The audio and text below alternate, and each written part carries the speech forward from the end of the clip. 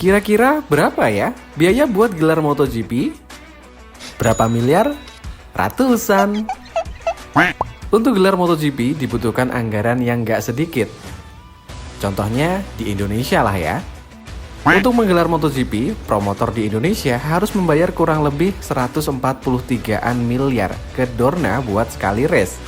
Tapi, ini baru biaya fee ke Dorna aja ya. Belum lagi banyak sekali perintilan-perintilan yang dikerjakan. Belum biaya izin, biaya akomodasi, biaya petugas, biaya keamanan, biaya ini, biaya itu. Belum yang pokoknya mahal deh.